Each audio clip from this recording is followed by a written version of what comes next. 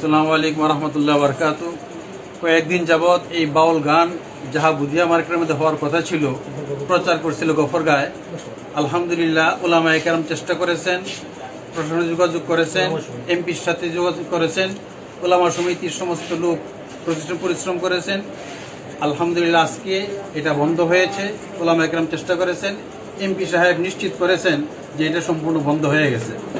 আপনারা সকলে দোয়া করবেন ওলামা সমিতির জন্য ভবিষ্যতে এই ধরনের যে কোনো কাজ হোক, কোনো ধরনের বাউল গান গফরগাঁও উপজেলার মধ্যে ইনশাআল্লাহ হইতে পারবে না।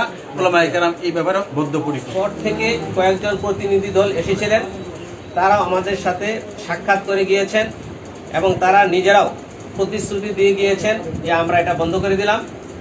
এবং পরবর্তীতে এমপি সাহেব আমাকে ফোন করে নিশ্চিত করেছেন এটা বন্ধ করে দেওয়ার ব্যাপারে। আলহামদুলিল্লাহ। আমরা আশা করি আমাদের মাননীয় মহোদয় এমপি সাহেব উলামায়ে কেরামের আবদার রক্ষা করেন এবং ভবিষ্যতেও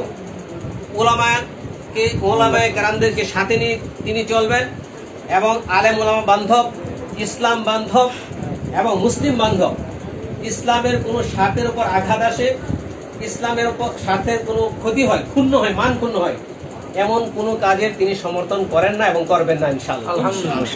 আল্লাহ তাআলা তাকে তৌফিক দান করুন। সামনে গফরগাঁও উপজেলায় যদি এমন কোনো প্রোগ্রাম হয়, বাউল গানের কোনো আয়োজন হয়, আপনারা ওলামা সমিতি অথবা গফরগাঁওয়ের সিনিয়র আলেম ওলামাদেরকে অবগত করবেন। আমরা তৎক্ষণাৎ ব্যবস্থা নেব যাতে এটা বন্ধ হয়ে যায়। আপনারা আমাদেরকে অবগত করবেন নাকি?